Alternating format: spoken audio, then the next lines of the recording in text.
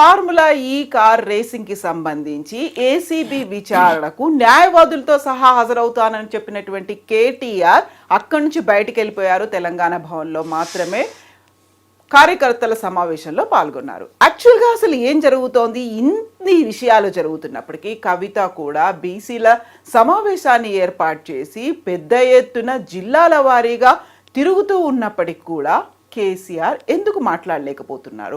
ఈ విషయాలన్నింటినీ పార్టీ పరంగా ఎందుకు చర్చలు కొనసాగట్లేదు? యాక్చువల్గా ఏం జరుగుతోంది? 2025 వచ్చేసింది, బట్ విశ్వరూపానికి సంబంధించి ఎవరు ఎందుకు మాట్లాడట్లేదు? మనతో పాటుగా ఉన్నారు పొలిటికల్ అనలిస్ట్ ప్రకాష్ గారు. నమస్కారం అండి.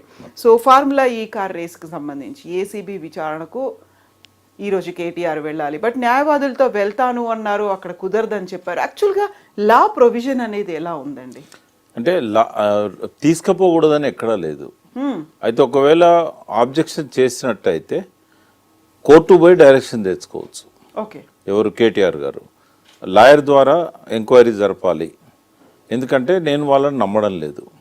ఇంతకుముందు మా ఎమ్మెల్యే నరేందర్ రెడ్డి విషయంలో ఆయన అనని మాటలను కూడా అన్నట్టుగా స్టేట్మెంట్ రికార్డ్ చేసి ప్రెస్కి ఇచ్చారు. దానివల్ల ఎంక్వైరీ తర్వాత జరుగుతుంది. ముందేంటంటే అప్రతిష్ట పాలవుతారు.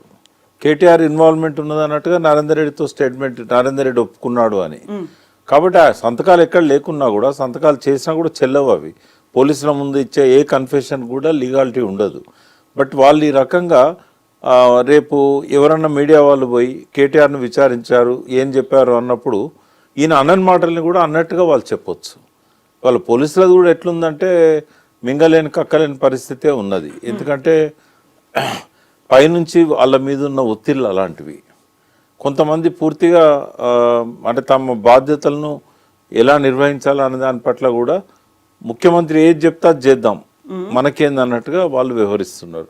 కాబట్టి పోలీసులను ఆయన నేను నమ్మను, నాకు లాయర్ ఉండాల్సిందే అని చెప్పి పట్టుబట్టాడు. అయితే పర్టికులర్ కేసు టు కేసు మనం చూసినట్టయితే ఈ కేసులో అసలు విచారణే అనవసరం.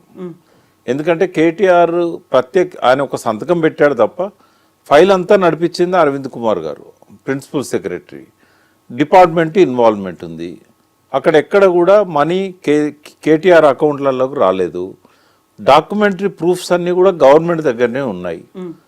ఏ చిన్న కాగితం కూడా కేటీఆర్ పెట్టుకోలేదు, అవసరం కూడా లేదు ఆయనకి.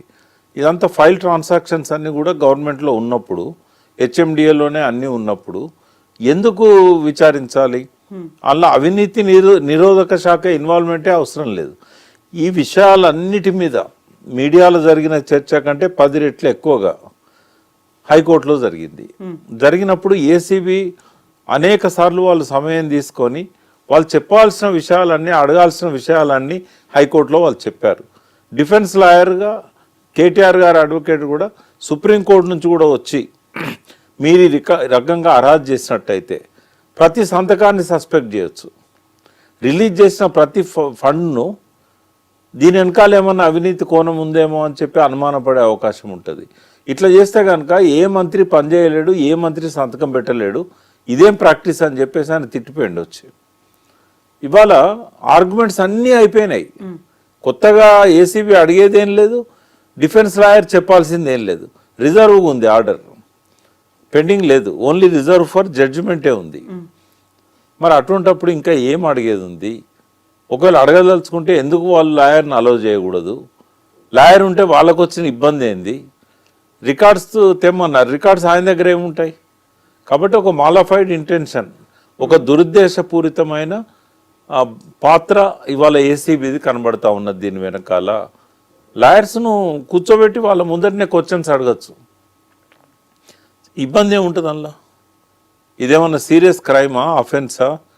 ప్రొసీజరల్ ల్యాప్సెస్ ఉన్నాయనేది మాత్రం వాస్తవం.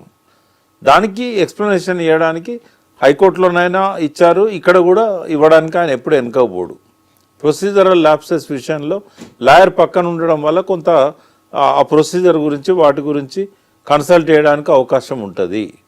ఇప్పుడు సెంట్రల్ గవర్నమెంట్ అనుమతి ఎక్కడ తీసుకోవాలి, దాన్ని తీసుకోనందువల్ల దానికి ఉండే ప్రొవిజన్స్ ఏంటి? అది క్రిమినల్ అఫెన్స్ అవుతుందా, లేకుంటే ఏమన్నా పెనాల్టీ కట్టాలనా? ఇప్పుడు రిజర్వ్ బ్యాంక్ ఏం ఇంపోజ్ చేస్తుంది వాళ్ళ పర్మిషన్ తీసుకోనందుకు? ఇటువంటి గవర్నమెంట్ సంబంధించిన అంశాల మీద ఇప్పుడు వ్యక్తిగతంగా పర్సనల్ కేసు ఏదన్నా కేటీఆర్ మీద ఉందనుకోండి ఐపీసీ కింద, అప్పుడు లాయర్ అవసరం లేదు. ఒకవేళ లాయర్ని ఆయన తెచ్చుకోదలుచుకుంటే కోర్టు పర్మిషన్తో తెచ్చుకుంటాడు. ఇది గవర్నమెంట్కి సంబంధించిన అంశాలు కదా, వాటిల్లో ఇబ్బంది ఏముంది? ఒక మాజీ మంత్రిని ప్రొసీజర్ సంబంధించిన అంశాలు ఏసీబీ అడగాలనుకున్నప్పుడు లాయర్ ఉంటే వాళ్ళకు వచ్చిన ఇబ్బంది ఏంది? నెక్స్ట్ ఈడీ విచారణ కూడా ఉన్నట్టుంది కదా? ఉన్నది, అది కూడా రేపు 7వ తారీఖే ఉన్నది. బట్ ఆయన మరి సమయం తీసుకుంటాడా లేకుంటే పోతాడా అనేది తెలియదు. బట్ ఈడీ ఇన్వాల్వ్మెంట్ కూడా అవసరం లేదు ఇక్కడ.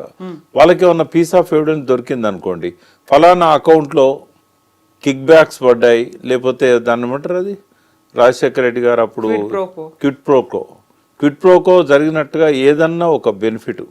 ఇక్కడ ఏంటంటే ఇప్పుడు ఆ రోజుల్లో అరవిందో వాళ్ళకు ఇంకొకరికో స్థలాలు ఇచ్చారు. ఇన్ రిటర్న్ ఏంటంటే వీళ్ళకి సంబంధించిన ఒక దానిలో షేర్స్ కొన్నారు వాళ్ళు. ఇట్లాంటి క్విడ్ ప్రోకో ఏమైనా దొరికింది అనుకోండి, ఈడీ ఇన్వాల్వ్ కావచ్చు. కానీ అది కూడా లేదు, మనీ లాండరింగ్కి అవకాశమే లేదు కదా. కేటీఆర్ గారి అకౌంట్స్లలో కానీ, బంధువుల అకౌంట్స్లలో కానీ, ఆయనతో ఉండే వాళ్ళ అకౌంట్స్లలో కానీ ఎక్కడైనా బినామీలుగా ఈ డబ్బు డిపాజిట్ అయినట్టుగా ఇక్కడ నుంచి అటు ట్రాన్స్ఫర్ అయింది రికార్డు ఉంది, అటు నుంచి ఇటు ట్రాన్స్ఫర్ అయింది రికార్డు లేదు కదా.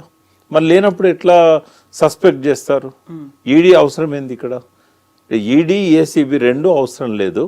ప్రొసీజరల్ ల్యాప్సెస్ ఉన్నాయి కాబట్టి సెక్రటేరియట్ లెవెల్లోనే చీఫ్ సెక్రటరీతో ఒక కమిటీ ఎవరు దాన్ని వేయించి దాన్ని ఏం చేయాలి, ఎట్లా రెక్టిఫై చేసుకోవాలి. ఒక ప్రభుత్వం చేసిన తప్పును ఇంకో ప్రభుత్వం వచ్చిన తర్వాతనైనా రెక్టిఫై చేసుకోవాలి. అంటే ముందు పేమెంట్ అయినా తర్వాత అప్రూవల్ తీసుకోవాలి. అది చేయకుండా వాళ్ళ మీద కక్షపూరితంగా వ్యవహరిస్తా అనడం అనేది కరెక్ట్ కాదు. అది సో ఇప్పుడు కేటీఆర్ ఇష్యూ అనేది ఒకటి కొనసాగుతూనే ఉంది పార్టీలో. ఒక రకంగా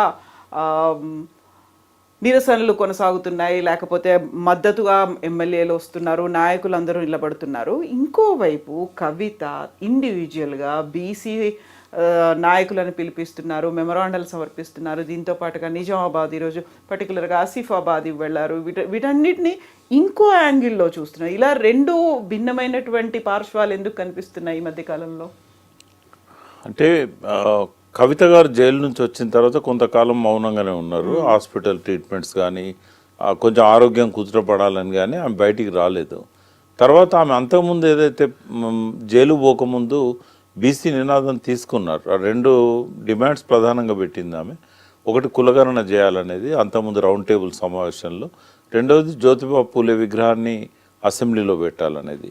ఆ జరుగుతున్న క్రమంలోనే ఆమె అరెస్ట్ అయింది. అసెంబ్లీ ఎలక్షన్లకును పార్లమెంట్ ఎలక్షన్ మధ్యకాలం సరిగ్గా పోయిన జనవరిలో ఆమె స్టార్ట్ చేసింది నినాదాన్ని. జైలు పోయి వచ్చిన తర్వాత ఒక 3 months తర్వాత మళ్ళీ స్టార్ట్ చేసింది. సరే, ఆ నినాదం వల్ల బీసీలకు కొంత ఉపయోగం ఉంది, ప్రయోజనం ఉంది అని చెప్పి అనుకున్నాము. ఆ మేరకు జరుగుతుంది. కానీ ఆశించిన దానికంటే భిన్నమైన కామెంట్స్ ఎక్కువగా వస్తున్నాయి. అంటే పార్టీ చేయాల్సింది ఆమె ఎందుకు చేస్తున్నది? ఒకవేళ పార్టీ చెప్పిన స్టాండ్ ప్రకారమే ఆమె చేస్తున్నదా? పార్టీ ఇన్స్ట్రక్షన్స్ ఉన్నాయా? చాలా మంది అడుగుతా ఉన్నారు. నేను కూడా 1-2 సార్లు ఆమెతో పాటు వీటిలలో పార్టిసిపేట్ చేశాను. కాబట్టి నాకు కూడా చాలామంది మాజీ మంత్రులు, తర్వాత ఎమ్మెల్యేలు, మీరు పార్టిసిపేట్ చేస్తున్నారు కదా, పార్టీ ఇన్స్ట్రక్షన్స్ ఉన్నాయా, మేము కూడా పోవాలా, మాకైతే పిలుపు రాలేదు, మరి మమ్మల్ని ఎందుకు పిలుస్తలేరు?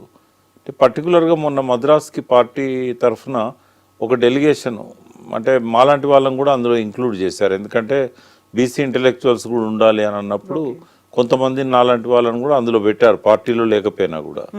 తర్వాత పార్టీలో ఉన్న ప్రముఖులంతా వచ్చారు.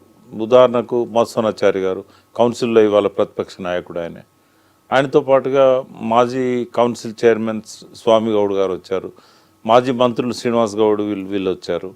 సో ఒక రౌండ్ తమిళనాడు పోయి అధ్యయనం చేసి రావడం జరిగింది. జరిగిన తర్వాత మళ్ళీ కంటిన్యూషన్ లేదు.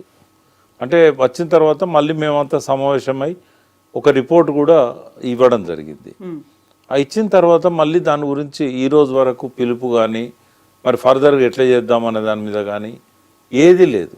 ఎందుకు అని అంటే అక్కడ ఒక పెద్ద బీసీ ఉద్యమం వచ్చింది. బీసీ ఉద్యమం అనే దానికంటే బ్రాహ్మణ వ్యతిరేక ఉద్యమం వచ్చింది అక్కడ, పెరియార్ రామస్వామి నాయకర్ ఆధ్వర్యంలో.